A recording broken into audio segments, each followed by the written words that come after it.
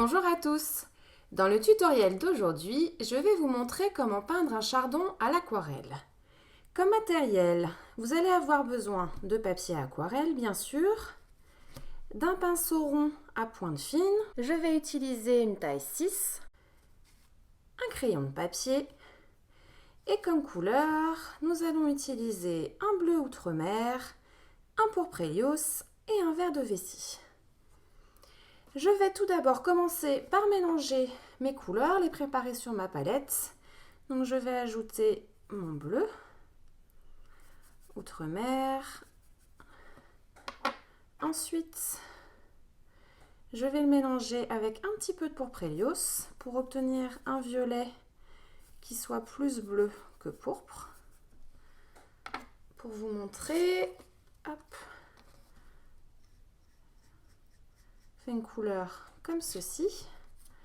Et ensuite, je vais ajouter mon vert de vessie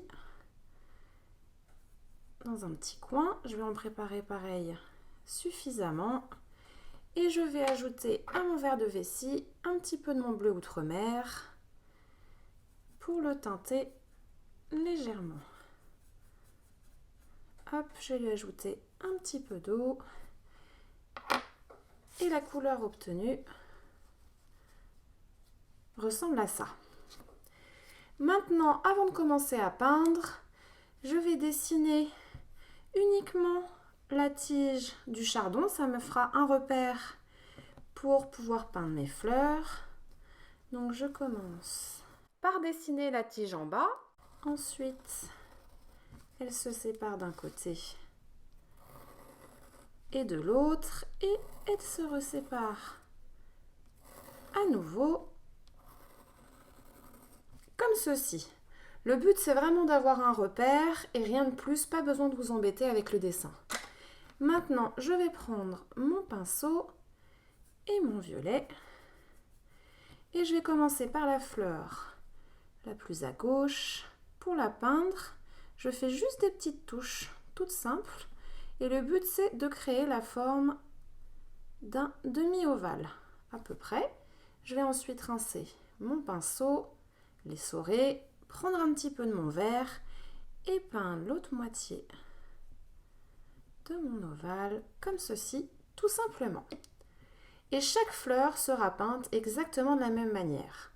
Ce que je vais faire, c'est que je vais commencer maintenant par peindre tout le violet, donc tous mes demi-ovales.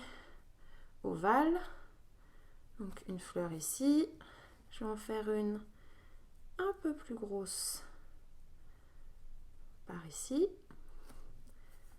Je continue avec la fleur du haut, un demi-ovale avec mon violet et je vais faire la même chose pour la dernière qui est sur le côté et je vais aussi la faire un peu plus grosse parce que c'est sympa quand elles ne sont pas toutes de la même taille. Je rince mon pinceau, je les sors et maintenant je vais ajouter mon vert pour peindre l'autre côté des fleurs. Hop, je les peins dans le même ordre pour être sûr que mon violet ne commence pas à sécher. La fleur du haut, toujours des petites touches. Vous voyez, le but, c'est que les fleurs soient aussi toutes différentes. Donc, c'est pas la peine d'essayer de faire quelque chose de trop parfait. Et voilà pour les fleurs. Maintenant, avec ma pointe de mon pinceau, je vais peindre la tige en commençant par le bas. Hop, j'ai besoin de pouvoir tourner ma page.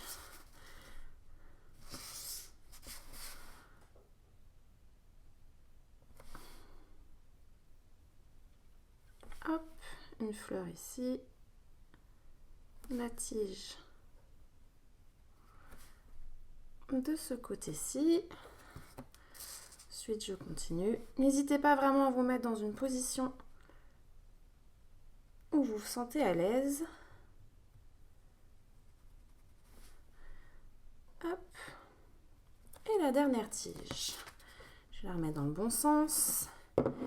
Maintenant, nous allons ajouter des feuilles. Donc pour ça, je vais continuer avec mon vert et on va commencer par ajouter les petits traits qui sont ici sur le côté. Je commence par ma fleur du haut et je fais un trait fin un peu arrondi.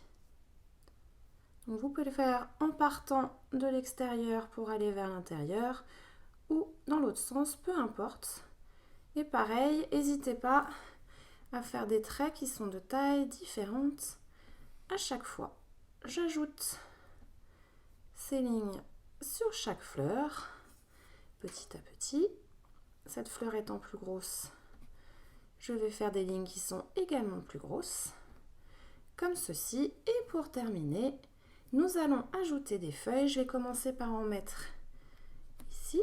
Donc là, je fais vraiment des lignes en utilisant la pointe de mon pinceau. Faire une petite touffe de feuilles. Encore une fois, rien de parfait. Et je vais en ajouter comme ceci sur ma tige.